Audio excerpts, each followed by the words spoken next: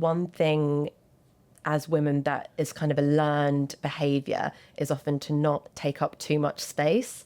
And one thing that I've always worked on with my managers is realizing that actually, no, you can take up space and you're here for a reason and your voice needs to be heard. So don't sort of go to those gendered norms of sort of trying to stay timid or small. Welcome to Scale Sessions, the podcast that helps revenue leaders like you boost sales and revenue to achieve business growth within the trenches insights. We can skip the fluff and focus on real-world strategies you can use right away. Each episode brings you actionable takeaways from sales and revenue leaders navigating growth challenges like you. Let's dive into today's session and scale up your success. Hey Alanna, great to have you here today. Hello. Yeah, awesome. So I wanted to kick off with your kind of unconventional path to sales. So you started off as a professional actor? Yeah, is that right? That's right. So yeah. Tell us a little bit about that. That's just interesting, right? I know. I want to know loads. So it was, I mean, as a child, I always loved going to sort of acting classes, which I think like most people did. And then I was just quite lucky to sort of get a mentor when I was a teenager, got some professional work. And I went to uni and decided I actually still wanted to act and got some jobs and then went to drama school, and that kind of kickstarted my career for me, where I learned so much. And honestly, I'd recommend drama school for anyone, even if you don't want to be an actor. Like, the skills you learn are amazing. And then I did that for a while and I moved into presenting, and presenting just felt like a really natural sort of route to go down. It's using all the skills from acting. You get to learn loads about different companies that you're doing it for, and travel around the world.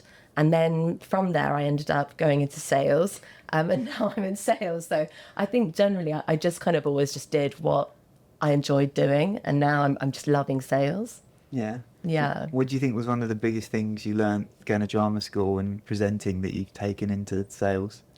Yeah. So, I mean, there's a few things. Yeah. I would say rejection, not having a fear of rejection. You know, the interesting thing is both industries have rejection, but with acting, you often don't get feedback. So you'll leave an audition, you have no idea why you didn't get it. And then the next day you've just got to go straight into another room and you have no idea whether you're going to get it again. We were talking about that before you come on air. It's like salespeople have to be really resilient, right? Totally. It's like one of the most important things. But it's because my wife did it too, and we were saying that there's 20 people and you're all sitting outside a room and they all look exactly the same as you or slightly different versions of you. Yeah. But imagine doing a sales call and you'd see everyone else pitching at the same time. It would be like the same thing, wouldn't it? But you actually never see the competitor or whatever, but it would be like that. But that's the thing, it's really nerve-wracking because you go into this space and, like you say, everyone looks exactly like you. So similarly to sort of sales pitching, you have to go in and know that you've been invited for a reason. It's not just because you have blonde hair and blue eyes. You know, there's a reason why they've invited you into that room, and they want you to be the solution to their problem. So coming in with the confidence that you can be that solution, because no one's going to give up their time unless they think that you could have a solution for them. And then I would say one thing that's really helped from drama school with presenting and then with sales is learning how to manage your nerves. So obviously we normally have like the fight or flight response. At drama school, they would teach you that there's a third response, which is flirt. So rather than taking those nervous emotions and pushing them down, or taking those nervous emotions and like fighting, you take them and you flirt with the audience. And it's a really fun way to sort of take those emotions and not get rattled by them and just use them. I'm keeping that. Fight, flight, flirt. Yeah. That's quite a tongue twister as well. It is, yeah. Because, you know, acting, presenting, sounds like you had a phenomenal career. I can see how all of those skills are super valuable for sales. And actually, I was doing a webinar the other day and we were talking about how consumer businesses are now starting to bring in sales teams. And when I was asking what would you say is key when you're looking for the right types of characters for these sales roles, they were saying ex-actors are amazing, or those that have some spare time. What drew you into sales, or did it pull you? So when you're acting, you could be away for a film for a year, but then you'll come back and you're just auditioning for the next role, and that could be a 1-day role or something. So you could have 2 months where there's nothing going on. And whilst you can definitely just go to the gym or the pub for 2 months, like I just enjoyed sort of getting out there and working. And I found lots of sort of short-term contracts and sales. And it's just like talking to people and getting to know people's stories and fixing problems for them. It just felt really great. And the more I did that, the more I started to enjoy that. And then I went into management, and it's basically the same. You're helping people solve problems, helping them, achieve the goals that they want to achieve. And there's just, you feel like you're getting something back. You're giving something, you're getting something back. And it just kind of, after a while, I was like, I think I actually prefer sales. Wow, that's so interesting, isn't it? Because if you look at the reputations, like acting or sales, like when you think of people's career projections, very few people say, oh, I really want to go into sales. How many say they want to go into acting? So that's super interesting.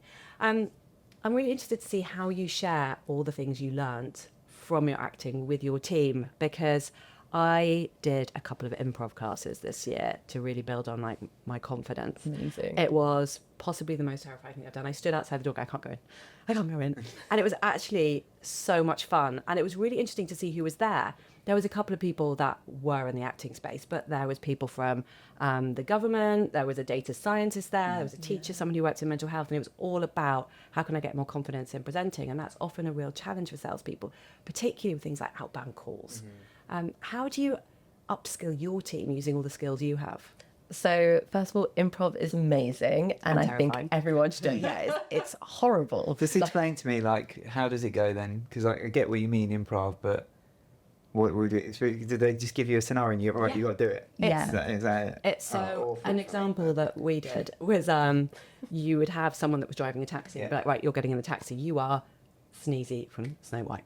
okay. And you have to pay that well. And then the other one that I found really good for like letting go of control was you'll be interviewed and you're one guest, but there's 3 of you and you each say 1 word. So I say a word. So the question might be, why did you come up with this business idea? I say 1 word. So I'm like, I want us to say this sentence. And you say something different. And it's like, oh, this isn't going where I want it to go. Yes. And then you have to keep responding. So it's very much thinking on the spot. But that's interesting, isn't it? Because I was talking the other day about, do you do other types of training, like around tonality or your body language and things like that in sales, where people don't think about those things, but they're really important. But people often struggle with thinking on their feet, transitioning, moving through the process, which is basically what improv is. So basically send every sales rep on improv training. Honestly, I've seen this happen where companies say, as part of your training, you're going in improv. So so how do you bring that sort of thing in? Well, I actually at my last business, I took my team to an improv class. How did they react? Were they like me? They Skulking at the door to start with. I absolutely hated it to begin with. And then I think the best part of it is that you realise that failing is so fine. Like, everyone's going to fail. And for some reason, when you go on stage, it feels like if I fail, I'm going to die. Like, and then you're like, actually, I've just got to dig myself back out of this mess. And suddenly you realise that no matter what happens, you can always turn it around. And it's the same with like sales calls, in the sense that it's never going to go exactly how you plan it. If you go off a script, someone's going to ask a question where you're going to be like, oh God, that's probably not the best question for me right now. But you've got to find a way to turn it around and and get a good solution out of it. So I would say improv is amazing. Another thing that's really good is in acting, they use this technique called the Stanislavski technique. It's harder than fight, flight, or flirt. I'm going to attempt to say that. So basically, it's the idea that you want to focus on the impact that the words that you're saying are having on the other person and not on yourself. Because the moment that you focus on yourself, you start to think, oh God, what are my hands doing? Am I coming across this way, that way? But if you focus on the impact that you want the words to have, then it just gives it more truth, and it gives it more weight, and it's more valuable. Do you know what? That sounds like it's almost a mental exercise. Yeah. I'm not going to try and pronounce what it was, but I have heard of it before. But then they talk about all the best people in whether any sort of revenue generation will have the best mindset and the best mentality. And I meet them because they think about that. They put themselves in those strong mental positions. Yeah. Whether actor, athlete, salesperson, same. Fact of life, isn't it? And yeah, so it's the same thing as being in that room with loads of other people like you. If everyone's thinking to themselves, oh God, I look like everyone else, and one person goes in and is just like, I'm going to see how I can impact the people in front of me on the panel, then that person's the one that's going to get the job because they've made them feel something. Until you're Brad Pitt and then you just rock up and get the job, right? I mean, there's no one like Brad Pitt in the room. No, especially he's like nearly my dad's age, and then if you look at my dad, like, man, not quite the same. But he's 60 Poor odd. dad. Yeah, exactly. Poor dad. Continuing on with that theme of like resilience, Yeah. you've worked for some really big brands like Visa, Facebook, Uber in the sales space, which is generally very male dominated. Yeah. How have you handled that? So I think whenever you go in as a woman in a very male-dominated space, you notice it. You definitely feel it. And one thing that I found that has helped me so much is just finding a female mentor, like having a female mentor to help me navigate that space. I mean, I've been really lucky in all of my jobs. I've had really strong female managers, which I imagine is Doesn't like, always happen. no, Sadly. I've been so lucky, and often they might be a bit older than me and were part of like the movement that sort of really had to break barriers. So I feel very privileged to be in the sort of cohort behind them. I think one thing as women that is kind of a learned behavior is often to not take up too much space. And one thing I've always worked on with my managers is realizing that actually, no, you can take up space and you're here for a reason and your voice needs to be heard. So don't sort of go to those gendered norms of sort of trying to stay timid or small. And even with body language, I would Yeah. notice I'd quite often like wrap myself up into like the smallest ball possible when I was in Yeah. those meetings, which doesn't help you. And Yeah. the language we use as well. Yeah. There's a really interesting technique called the Alexander technique that talks about that. And so normally people say when you feel nervous, you'll like cross your arms or whatever. Yeah. But with the Alexander technique, it goes backwards. So it says, don't cross your arms, don't do anything, and then you'll feel great. So it's the same sort of thing, but it's really interesting. Easier to pronounce, that one. Yeah. With your mentors, how did you approach them about becoming your mentor? And were they always within the business itself? Yes, I have. Well, I've got friends that I speak to they're basically my mentors, but like they're my friends outside of the business.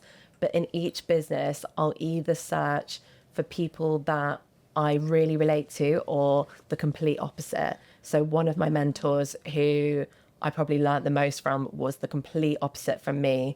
And working together, we'd never we'd worked well together, but we'd never fully connected. And I just asked her outright, like, look, I think the work you're doing is amazing. I don't understand all of it. Please, can we work together? And it ended up kind of being like a double-sided one because we worked on different aspects with each other. And that was amazing. That was really helpful. And that's so brave because I think naturally we want a mentor that we really relate to and feels like us. And actually, the most helpful is to go the opposite way and look for someone who's got the opposite skill set and the opposite type of characteristics. And it can be a bit awkward at times. Yeah, but- which is why we avoid it. Exactly, yeah. What I'm curious is what made you do that? So I think deep-rooted in me is this thing from acting of never getting feedback. And so now I'm just obsessed with feedback. It's like never having cake your whole life and suddenly there's loads of cake. I just want to eat it all. And it just seems like such an easy way to get better when people are so willing to tell you how. So I feel like I'm a bit addicted to some kind of the pain of feedback. How do you ask for feedback though? Because I find that some people are very good and very comfortable at giving it, but often, particularly people within the team a little bit more junior, get really nervous and they'll give you feedback, but it's only ever positive. And actually what you want is constructive feedback. So how do you elicit that from people? I was actually talking to my mentor about this yesterday. I was like, I need more sort of improvement feedback from my team. And, it's so lovely to hear kind words from your team, but you're like, but I want to know how to help you better. So one of the things that I've been trying to do recently is say, I feel like today I didn't really maybe support you in the way that you needed with this, and basically give them permission to kind of open the door and just be like, I feel like I didn't do this. Like, is there any way that you think it would have been better, and help them to create the solution with me? So it's not them that's saying Really smart. the bad thing about me. Yeah. Well, not bad. They're But coaching you almost. exactly. I love Yeah. that. Because it can be nerve-wracking to give it to your manager because you never know how your manager's going to take it. But I'd love it. Yeah, try being the CEO. No one tells you what they really think. Yeah. No, I'm joking. Okay. So one thing I was interested in, so really diverse career and done so many things. Is there one experience you look back on that you think has shaped you the most? Like you go, oh God, that was the one that really... I think for me, it was Uber. I'd gone from acting to presenting to I was a real sales girl. And I went to Uber, which is a hugely ops-driven business, and everything needs the data. Everything needs, where's the quantitative data? And it was just quite a shock for me because I just hadn't exercised that muscle for quite a long time. Like, I was interested in it, but I was all about the connection with my prospects or my team.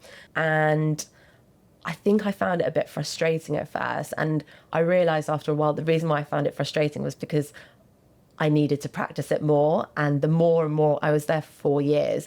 And by the end of it, it just completely changed my outlook on sales.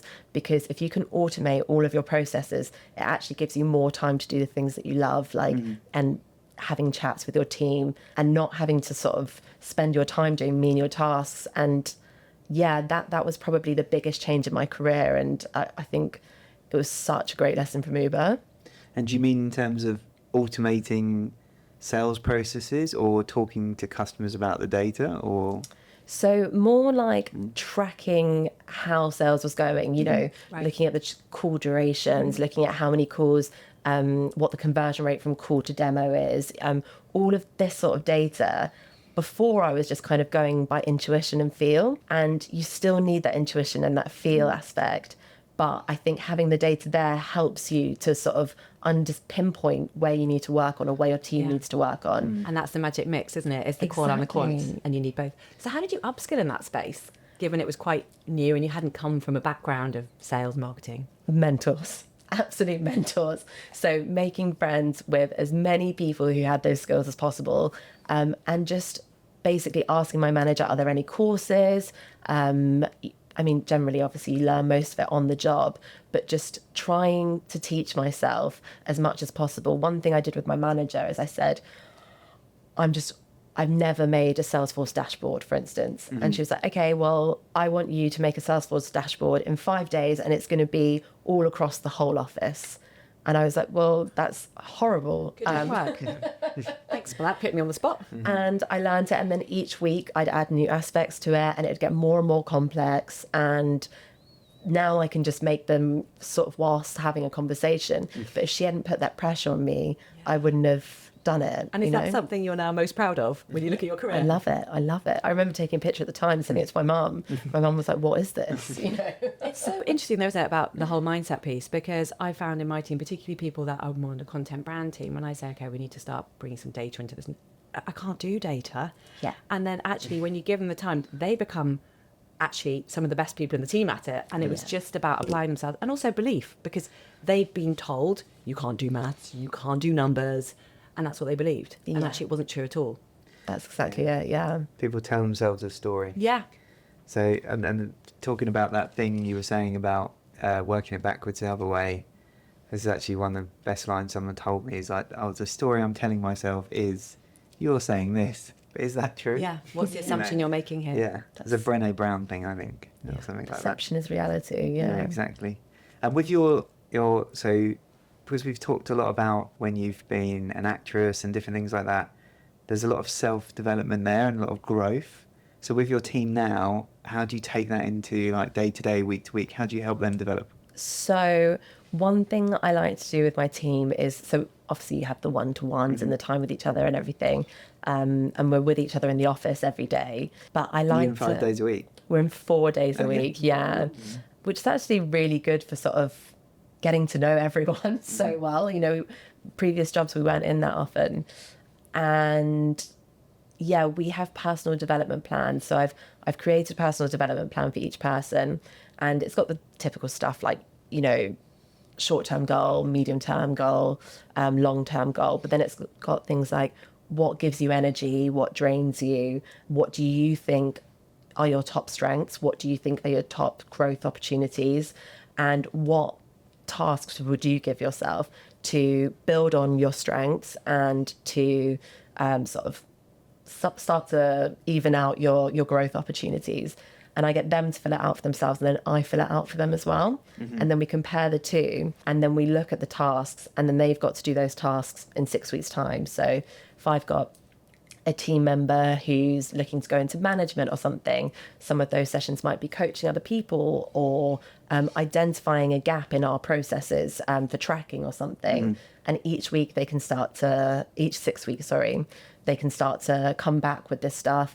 We can edit it a little bit, and then they're starting to have an impact on the business other than sales. Cool. It's how do you make sure that you keep them accountable to their personal development plan? Because what I find so often happens is, right, as a company, we're going to really invest in you all, and you do this great personal development plan, and then 12 months later, it's like, quick, let's do a course or something like that. And actually what happens is that the day-to-day work takes over, and it always gets put on the back burner, which I think is such a shame. And it's how do you make sure that they treat that as important as some of their work objectives?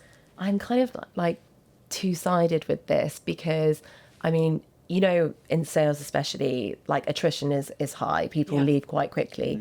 And I think everyone always thinks, you know, you're in sales for the money, which that's not untrue. But after a year or so, you need some sort of development or growth in order to sort of feel like you're still interested. So I think it's necessary to keep your team to help them grow. But at the same time, that impetus needs to be from them because they need to drive their own growth. And if they don't want to progress or do other things, that's absolutely fine, but you can't force them to at the same time. Yeah, so it sounds like to me as well, you're breaking it down to and pulling away what is the metrics on the day job to what they're trying, almost like mastery, like what they're trying to master next. Yeah. I think it's important to have a divide between the two, but it sounds like that's kind of what you're doing.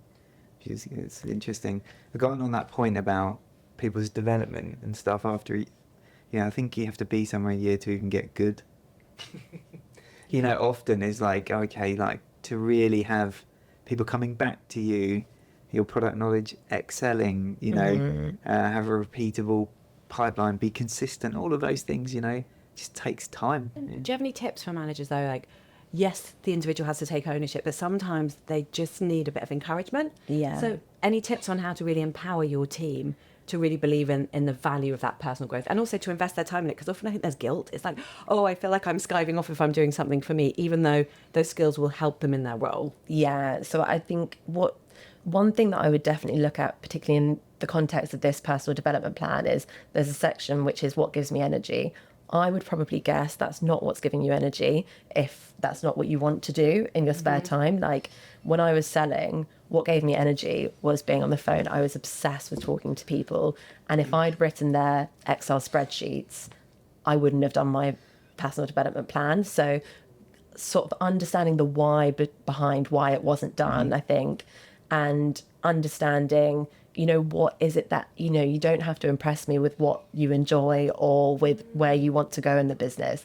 I just want to help you grow in the way that you want to. That's really valuable, actually, because often I think, particularly more junior members, they write down what they think you think they should be doing. Yeah. Which often isn't right, but also it's got to be what they really think they need. Exactly. And you're never going to get the best out of someone if they're pretending to like something else or be something that they're not. But once they're doing something that they love, suddenly everything just kind of flourishes. Yeah, it's helping them almost organise their day to balance it, because you have to do a little bit of everything. But like if I have a day where I don't talk to customers, or I get energy from probably like talking to customers, talking to prospects. If I had a whole day where I just had to think, it's a bad thing. I have too much time to think. I don't like it.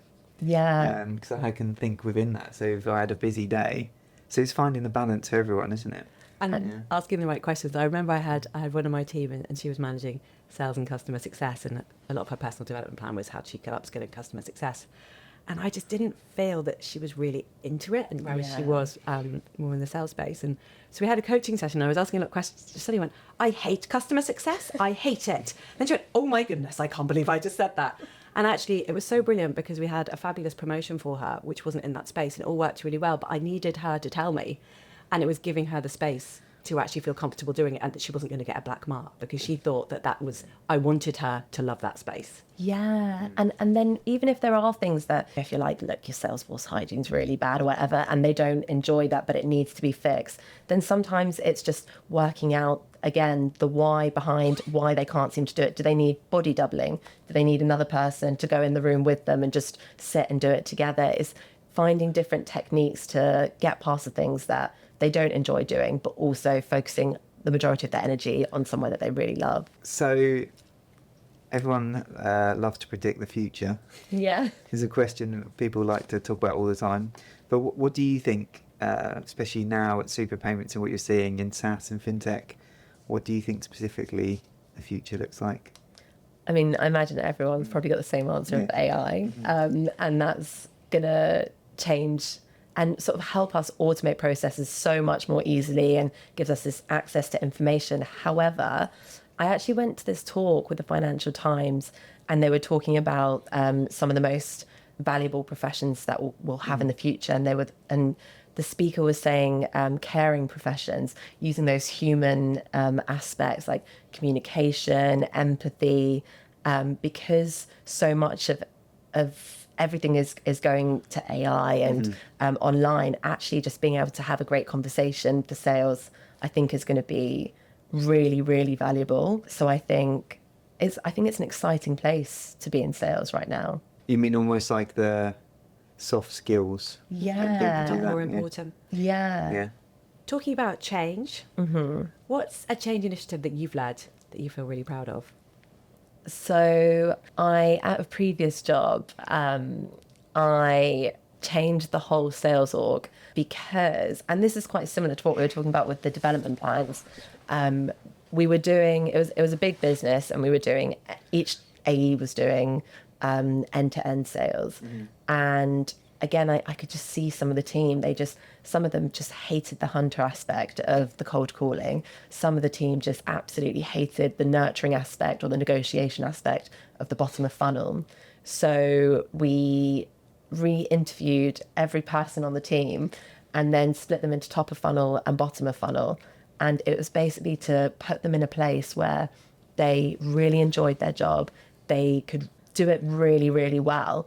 And it actually streamlined processes so much because they were passed on from someone who absolutely loved hunting to someone who absolutely loved nurturing and negotiating and upselling. And it just meant that it was a really clear transition then onto an account manager after that. And it was a huge move, and we had to do it quite quickly. But it meant that revenue grew, and I just noticed that the team felt more energetic as well. And I think when you've got an energized team, that's brilliant for sales. So I think one thing that's really come across is just how driven you are.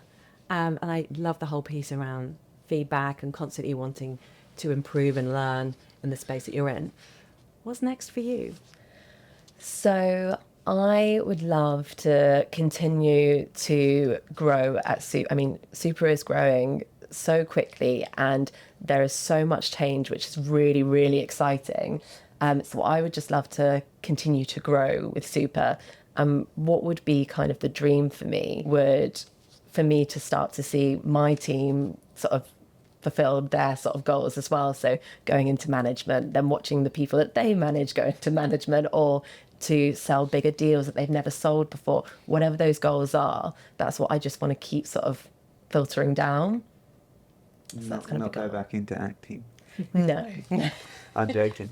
I don't know, maybe you're going to retire as a presenter. Yeah. Possibly. Yeah. Shelley always threatens it too in theatre. There we go.